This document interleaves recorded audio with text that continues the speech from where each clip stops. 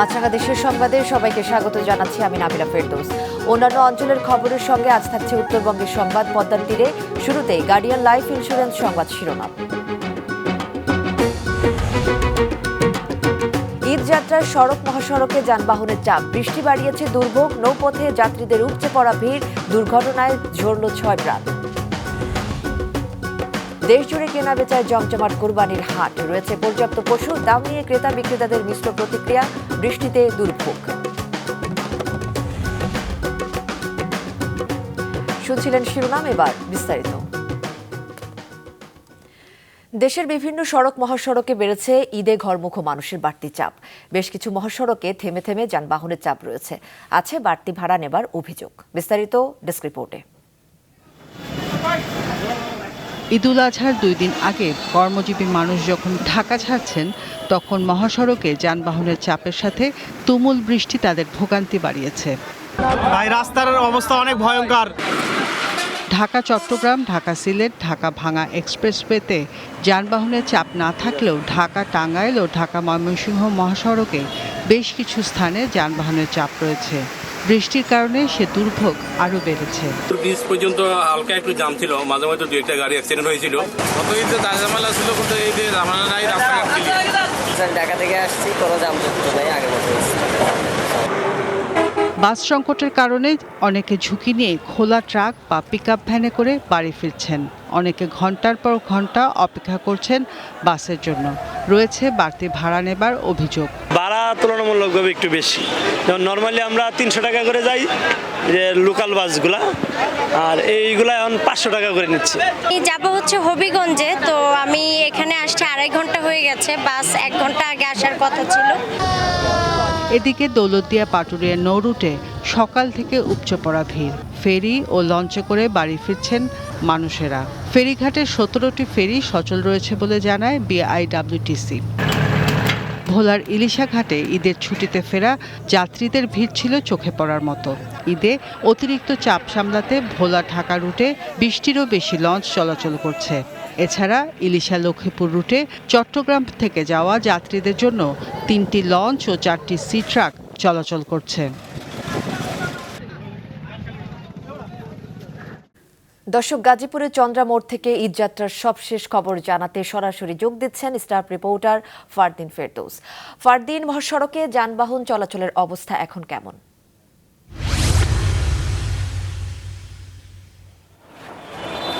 নাবিলা, আপনি যেমনটা বলছিলেন, সারা দিনব্যাপী কিন্তু আমরা এই চন্দ্রা এলাকায় রয়েছি। সকালের দিকে 11:30টায় ব্যাপক বৃষ্টি হয়েছে, সেই বৃষ্টির রেশ এখন পর্যন্ত কাটেনি। দুপুরের পর থেকে বিপুল সংখ্যক মানুষ এই স্টেশনটিতে অপেক্ষা করে আছে, যারা ঈদে বাড়ি যেতে চান। যে কারণে যানবাহনের চাপও অনেকটা বেড়েছে। কোথাও কোথাও থেমে থেমে যানজট তৈরি হচ্ছে। বিশেষ করে এই চন্দ্রা এলাকার আশেপাশে 10 কিলোমিটার এলাকায় কখনো থামছে, কখনো যাচ্ছে, এই অবস্থায় যানবাহন চলছে। যাত্রী সাধারণ যারা আছেন তারা আমাদের কাছে জানিয়েছেন যে তারা দুর্ভোগে পড়েছেন এক বৃষ্টিতে, আর বৃষ্টির সুযোগ নিয়ে পরিবহন সংশ্লিষ্টরা তাদের কাছ থেকে অতিরিক্ত ভাড়া চার্জ করছে। যে কারণে তারা দুর্ভোগে পড়ছেন, দীর্ঘক্ষণ অপেক্ষা করে আছেন গাড়ির জন্য, কাঙ্ক্ষিত যানবাহন তারা পাচ্ছেন না। যে কারণে অনেকেই খোলা গাড়িতে, পিকআপ ভ্যান বা ট্রাকে করেও যাচ্ছেন। বিশেষ করে নারী, শিশু এবং বয়োবৃদ্ধরা মারাত্মক দুর্ভোগে পড়েছেন তারা কাঙ্ক্ষিত যানবাহন না পেয়ে। আমরা পুলিশ প্রশাসনের সাথে কথা বলে যেটা জেনেছি, তারা বলছেন যে তাদের যে স্বল্প সংখ্যক সদস্য আছে তাদেরকে নিয়েই তারা সড়কের শৃঙ্খলা রক্ষা করবার চেষ্টা করছেন, কিন্তু তারা আসলে সামাল দিয়ে উঠতে পারছেন না। একদিকে প্রাকৃতিক দুর্যোগ, বৃষ্টি নামছে, অন্যদিকে বিপুল সংখ্যক মানুষের চাপ, যে কারণে তারা আসলে সামাল দিতে পারছে না। তবে তারা সচেষ্ট রয়েছেন যাতে করে নির্বিঘ্ন যাত্রা নিশ্চিত করা যায় এবং সড়কের শৃঙ্খলা রক্ষা করা যায়। নাবিলা। ফারদিন, আপনাকে ধন্যবাদ। চন্দ্রা মোড় থেকে ঈদযাত্রার খবর জানালেন সহকর্মী ফারদিন ফেরদৌস। দর্শক, বরিশাল, সাতক্ষীরা ও যশোরের সড়ক দুর্ঘটনায় নিহত হয়েছে 6 জন। দুপুরে বরিশালের গৌর নদীতে বাটাজোর এলাকায় বাস চাপায় নিহত হয় মোটরসাইকেল চালক সহ 3 আরোহী। সাতক্ষীরার তালায় পিকআপ ভ্যান ও মোটরসাইকেলের মুখোমুখি সংঘর্ষে মোটরসাইকেল চালক সহ 2 জন মারা গেছে। সকাল 6টার দিকে উপজেলার তেঁতুলিয়া জামে মসজিদের সামনে এই দুর্ঘটনা ঘটে। যশোরের বাঘারপাড়ায় একটি বাস ভ্যানকে চাপা দিলে ঘটনাস্থলেই মারা যায় ভ্যান চালক। আহত হয় ভ্যানের 2 যাত্রী। এদিকে গতকাল টাঙ্গাইলের সড়ক দুর্ঘটনায় নিহত 15 জনের দাফন সম্পন্ন হয়েছে। কেনাবেচায় জমে উঠছে সারা দেশের কোরবানির পশুর হাটগুলো। তবে বৃষ্টিতে চরম ভোগান্তিতে পড়তে হয় ক্রেতা বিক্রেতাদের। অনেক হাটে জমে যায় পানি। বৃষ্টিতে ভিজে কোরবানির পশু দরদাম করছেন অনেকে। পাইকাররা জানান সকালের দিকে বিক্রি ভালোই হচ্ছিল, কিন্তু বৃষ্টির কারণে বিক্রিতে ভাটা পড়েছে। এদিকে বিভিন্ন জেলার হাটে ভিন্ন ভিন্ন দাম নিয়ে ক্রেতা বিক্রেতাদের মধ্যে রয়েছে মিশ্র প্রতিক্রিয়া। ডেস্ক রিপোর্টে বিস্তারিত। আর একদিন পর ঈদ, এরই মধ্যে কিনতে হবে কোরবানির পশু। তাই সকাল থেকে ক্রেতা বিক্রেতাদের হাক ডাকে সরগরম জামালপুর, গাইবান্ধা, কুমিল্লা, ফেনী, ব্রাহ্মণবাড়িয়া, দিনাজপুরের হিলিসহ দেশের বিভিন্ন প্রান্তের হাট। প্রতি বছরের মতো এবারও বড় গরুর চেয়ে দেশি মাঝারি আকারের গরুর চাহিদা বেশি। গতবারের তুলনায় দাম কম এবছর। আমি এটা কিনছি 2,06,000 টাকা। অনেক গরু এবং মহিষ আসছে বাজারে। দাম মোটামুটি বড় সাইজ একটু বড় দাম বেশি, ছোটটা ছোট আর কি, কিন্তু মোটামুটি লাগালের ভিতরে এবার আছে বাজারটা। বড় গরুর থেকে ছোট গরুটা দাম বেশি। বিক্রেতারা বলছেন গোখাদ্যের অতিরিক্ত মূল্য বৃদ্ধির কারণে বাড়ছে পশুর রক্ষণাবেক্ষণের খরচ, কিন্তু মিলছে না পশুর আশানুরূপ মূল্য। খাদ্যের রেট পশ্চিমটা পরে থেকে বেশি। গমের থেকে আপনার আটা হয়, ময়দা হয়। 2 কেজি আটার দাম দিয়া 2 কেজি ময়দার দাম দিয়া 1 কেজি ভুসি কিনতে হয়। হাটে আসা পাইকারদের মনোযোগ আকর্ষণে চুয়াডাঙ্গায় তৈরি করা হয়েছে গবাদি পশুর আবাসিক হোটেল। এখানে গরুর থাকা, খাওয়া এবং গোসলের ব্যবস্থা আছে, নিরাপত্তার জন্য সিসি ক্যামেরা আছে। মানে আমার নিজের গরু যেভাবে থাকবে তাদের গরু সেভাবে আমি রাখতে চাচ্ছি। সেভাবে পশুর হাটগুলোতে সেবা দিতে কাজ করছে প্রাণী সম্পদ অধিদপ্তরের মেডিকেল টিম। কড়া নজরদারি আমাদের ভেটেরিনারি মেডিকেল টিম রাখছে। কোনোভাবেই হাটে যেন এই অসুস্থ কোনো প্রাণী, অসুস্থ কোনো গরু ছাগল হাটে উঠতে না পারে। চুরি ছিনতাই ঠেকাতে হাটে ইজারাদারদের পাশাপাশি আইন শৃঙ্খলা বাহিনীর পক্ষ থেকে নেওয়া হয়েছে বিশেষ ব্যবস্থা। আমরা আলাদা আলাদাভাবে আমাদের যে ডিউটি পার্টি আছে তাদেরকে আমরা নিয়োগ করেছি এবং আমরা একটা প্রোগ্রাম করে দিয়েছি এবং তারা সেভাবে কাজ করতেছে। জাল নোট শনাক্তকরণের জন্য ব্যাংকার্সদের প্রতিনিধি সেখানে থাকবে। সেখানে প্রাইভেট কনজাম্পশনের জন্য লবণ যেন থাকে সেটাও নিশ্চিত করতে বলা হয়েছে।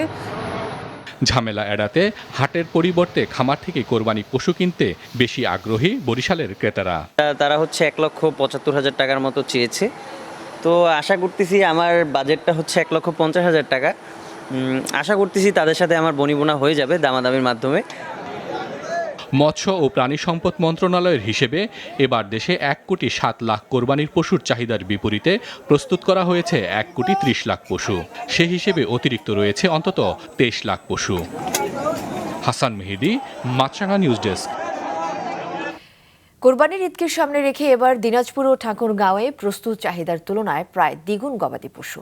বেশিরভাগ হাটবাজারে দেখা মেলেনি বিদেশি গরুর। জেলা রিপোর্টারদের তথ্য ছবি নিয়ে ডেস্ক রিপোর্ট। দিনাজপুরে কুরবানির হাটে এবার দেখা যায়নি চোরা পথে আসা কোনো ভারতীয় গরু। প্রাকৃতিক ও স্বাস্থ্যসম্মত উপায়ে গরু লালন পালন করেছেন এ জেলার খামারিরা। ভালো দাম পাওয়ারও আশা তাদের। প্রথমে আবার গরুকে দানা হারা খেলেই, দানা খেলার পরে সেখানে আমার ঘাস আছে, নেপালি ঘাসগুলা, এগুলা ঘাসটা দিনে হারা 3 বার হারা। আমরা তো দীর্ঘ দিন যাবত লালন পালন করতেছি, এটা তো অনেক কস্টিং। খাবারের দাম বাড়ে গেছে। এখন শেষ সময় আসার মুখে যদি আমরা আমাদের কস্টিংটা তুলতে না পারি তাহলে আমরা অনেক ক্ষতিগ্রস্ত হয়ে যাব। প্রাণী সম্পদ অধিদপ্তরের মতে জেলায় এবার কুরবানির জন্য 4,26,000 গবাদি পশু লালন পালন করা হয়েছে, যা চাহিদার প্রায় দ্বিগুণ। মোট গবাদি পশু প্রস্তুত হয়েছে কোরবানি উপলক্ষে 4,26,523টি প্রাণী। আমাদের দিনাজপুরের চাহিদা রয়েছে 2,73,262টি প্রাণী। সেক্ষেত্রে উদ্বৃত্ত থাকছে অনেকগুলো প্রাণী। ঠাকুরগাঁয়ে কুরবানির হাটে ভোগান্তি এবং দালালদের দৌরাত্ম্য এড়াতে ক্রেতারা এবার খামারে গিয়ে লাইভ স্কেলে গরু কিনেছেন। খামারিরা ক্রয় করা গরু নিজ নিজ খামারে রেখেই লালন পালন করে ঈদের দিন ক্রেতাদের বাড়িতে পৌঁছে দেওয়ারও প্রতিশ্রুতি দিচ্ছেন। 6টা গরু নিয়েছি, 6টা বিক্রি করছি। 6টা বিক্রি করছি, লাভ হয়েছে, আমার লস হয়েছে।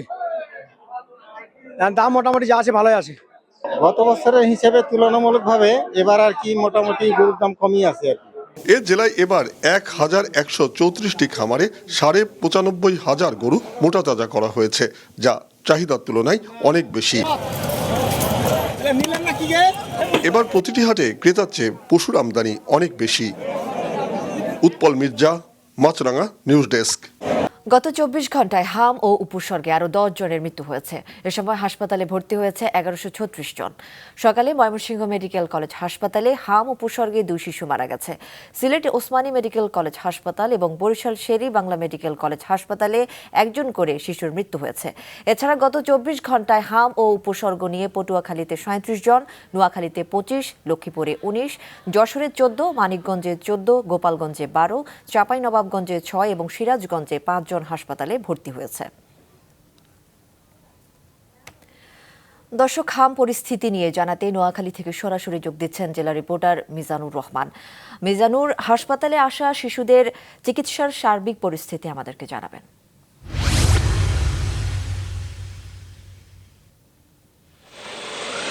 নাবিলা, যেটি জানতে চেয়েছেন যে নোয়াখালীর যে হাম পরিস্থিতি শুরু হওয়ার পর থেকে কিন্তু নোয়াখালীতে প্রতিদিনই হামের যে সংক্রমণ সেটি কিন্তু অনেকটাই বাড়ছে। আমরা প্রতিদিনই আসলে হাসপাতালের খবর নিয়েছি এবং হাসপাতালে যারা কর্মকর্তা রয়েছেন তাদের সাথে কথা বলেছি।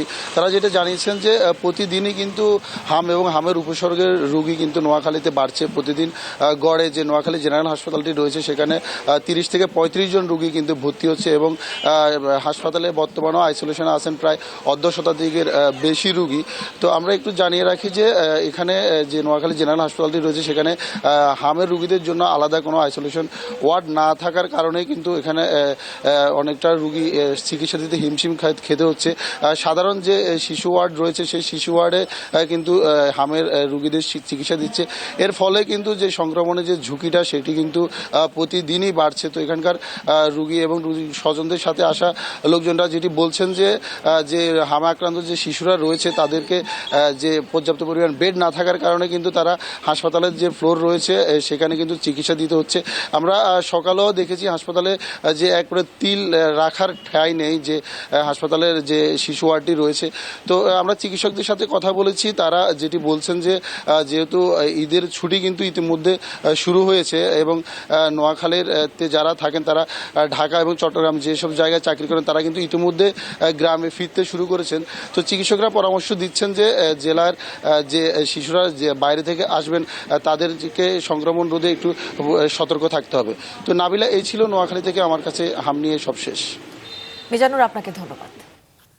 নোয়াখালী থেকে হাম পরিস্থিতি জানালেন সহকর্মী মিজানুর রহমান। এবার উত্তরবঙ্গের সংবাদ পদ্মার তীরে।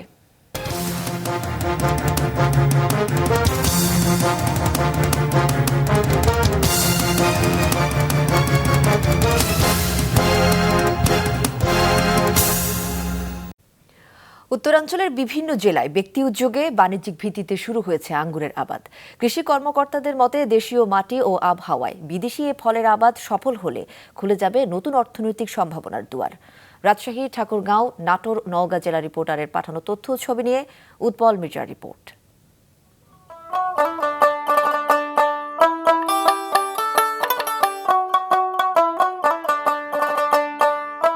বাড়ির উঠোন, আশেপাশের রাস্তা এবং পুকুরের উপরে মাচা সবখানেই ঝুলছে থোকায় থোকায় সবুজ আঙ্গুর। জেলার পীরগঞ্জের বসন্তপুর ঝলছুলি বাজারের বাসিন্দা আবুল কালাম আজাদের আঙ্গুর বাগানে রয়েছে 200 জাতের আঙ্গুর গাছ। সৌদি আরবে আঙ্গুর ফার্মে কাজ করার অভিজ্ঞতা থেকে 4 বিঘা পতিত জমিতে বাগান গড়ে তোলেন আজাদ। তখন একটা আঙ্গুরের লতা আসার টাইমে আমি নিয়ে আসছি। আঙ্গুরটা আমি ওই টিউবওয়েলের ধারে লাগবার পরে আঙ্গুরের লতাটা গজাইছে, গজার পর উড়ি পোকা কাটে দিছে। তখন থাকবে আঙ্গুরের উপর খুব আগ্রহ আমার, যেখানে যাই সেখান থেকে একটা গাছ 2 টাকা সংগ্রহ করি। এবছর ঠাকুরগাঁয়ের 3 উপজেলায় 1.7 হেক্টর জমিতে আঙ্গুরের আবাদ হয়েছে।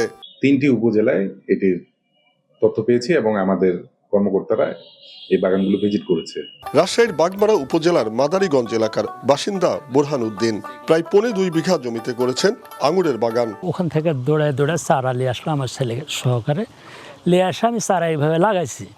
লাগানোর পরে তো দেখেছেন মোটামুটি আলহামদুলিল্লাহ ফলন ভালোই মনে হচ্ছে। ইউটিউব দেখে আঙ্গুর চাষে বাণিজ্যিক সফলতা পেয়েছেন নাটোরের সিংড়ার কৃষি শিক্ষক আব্দুল আজিজ। গত 9 মাসে 1 বিঘা জমিতে গড়ে তুলেছেন আঙ্গুর বাগান। 5 জাতের আঙ্গুর থেকে বছরে 9 লাখ টাকা আয়ের আশা তার। আমি এই গাছগুলো রোপণ করছি আজ 9 মাস চলছে। তো এই 9 মাসেই আমার কাছে পুরা ফলনটা আসছে। তো সামনে বছর এর চাইতে আরও বেশি ফলন আসবে।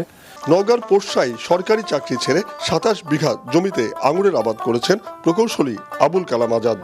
লক্ষ্য বাগানের 7,000 গাছ থেকে বছরে 150 মেট্রিক টন আঙুর উৎপাদন। বাংলাদেশের আঙ্গুরের মেগা প্রজেক্ট আমরা করছি 27 বিঘা আঙ্গুর, যেটা বাংলাদেশে এত বড় আঙ্গুরের প্রজেক্ট এখনো সরকারি বেসরকারি কোনো উদ্যোগেই এটা শুরু হয় নাই। দেশীয় আবহাওয়ায় বিদেশি এ ফলের আবাদ সফল হলে খুলে যাবে নতুন অর্থনৈতিক সম্ভাবনার দুয়ার, বলছেন কৃষি কর্মকর্তারা। মাছরাঙা নিউজ ডেস্ক। চট্টগ্রামের সীতাকুণ্ডের জঙ্গল সলিমপুরে র্যাব ও পুলিশ ক্যাম্পে সন্ত্রাসী হামলার পর বর্তমানে পরিস্থিতি আইনশৃঙ্খলা রক্ষাকারী বাহিনীর নিয়ন্ত্রণে রয়েছে। নবনির্মিত ক্যাম্পে পরশুরাতে ঘটা হামলার পর থেকে জঙ্গল সলিমপুর ও আলীনগর এলাকায় নিরাপত্তা ও টহল জোরদার করা হয়েছে। ঘটনার পর এলাকায় থমথমে পরিস্থিতি ও উত্তেজনা বিরাজ করছে। জেলা পুলিশ জানায়, হামলার পর অভিযানে আটককৃতদের জিজ্ঞাসাবাদ চলছে। এই হামলায় জড়িতদের খুঁজে বের করার চেষ্টা চলছে। সলিমপুরের স্বাভাবিক ও নিরাপদ পরিবেশ ফিরিয়ে আনতে পুলিশ সর্বোচ্চ চেষ্টা চালাবে বলে জানান চট্টগ্রাম জেলা পুলিশ সুপার। এদিকে স্বরাষ্ট্রমন্ত্রী বলেছেন, শুধু জঙ্গল সলিমপুরে নয়, দেশের কোথাও কোনো সন্ত্রাসী কার্যক্রম সহ্য করা হবে না। জঙ্গল সলিমপুর তাদের যে আড্ডা ছিল সেটা আবার পুনরায় রাখতে পারে, সেজন্য তাদের চেষ্টা আছে। তবে তারা যে উদ্যত আচরণ করেছে, যে দুঃসাহস দেখিয়েছে, সেটা আমরা খুব কঠোরভাবে নিয়ন্ত্রণ করব। সন্ত্রাসীদের অভয়ারণ্য যেখানে থাকুক সেগুলো নির্মূল করা হবে। আমরা এই দেশে কোনোভাবেই সন্ত্রাসী, মাদক ব্যবসায়ী এবং চাঁদাবাজি এগুলোর কোনো স্থান দেব না। এবার চট্টগ্রামে জমিয়াতুল ফালাহ মসজিদে ঈদুল আজহার প্রথম জামাত সকাল 7টায় এবং দ্বিতীয় জামাত সকাল 8টায় অনুষ্ঠিত হবে বলে জানিয়েছেন city mayor doctor Shahadat Hossain. Jamiatul Falah মসজিদ প্রাঙ্গণ পরিদর্শনের সময় কথা জানান তিনি। এ সময় তিনি জানান, প্রায় 65,000 বর্গফুট এলাকা জুড়ে বিশাল প্যান্ডেল নির্মাণ করা হয়েছে এবং নিচে কার্পেটিংয়ের ব্যবস্থা রাখা হয়েছে। বৃষ্টির আশঙ্কায় টানানো হচ্ছে ত্রিপল। মুসল্লিরা যাতে নির্বিঘ্নে ও স্বাচ্ছন্দ্যে নামাজ আদায় করতে পারেন তার জন্য সব ধরনের ব্যবস্থা নেওয়া হয়েছে। এদিকে কিশোরগঞ্জের শোলাকিয়া ও দিনাজপুরের গোড়ে শহীদ ঈদগাহ মাঠে ঈদুল আজহার নামাজ আদায়ের জন্য নেওয়া হয়েছে প্রস্তুতি। সকাল 8:30টায় অনুষ্ঠিত হবে ঈদের জামাত।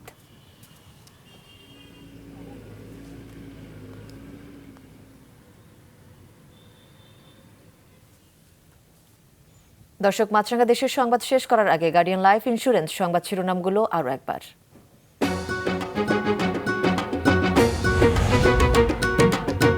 ঈদ যাত্রায় সড়ক মহাসড়কে যানবাহনের চাপ, বৃষ্টি বাড়িয়েছে দুর্ভোগ, নৌপথে যাত্রীদের উপচে পড়া ভিড়, দুর্ঘটনায় ঝরল 6 প্রাণ।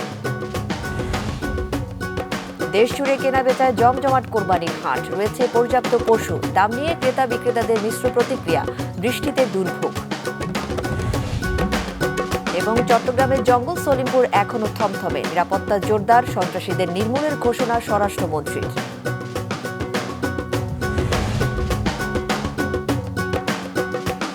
ছিল এখনকার মতো। ফেসবুকে আপডেট পেতে ভিজিট করুন মাছরাঙা টেলিভিশনের পেজে, ইউটিউব চ্যানেলেও দেখতে পারেন আমাদের সংবাদ, প্রতিবেদন ও অনুষ্ঠান। আমাদের পরবর্তী আয়োজন নিউজ শো সন্ধ্যা 6টায় দেখার আমন্ত্রণ রইল।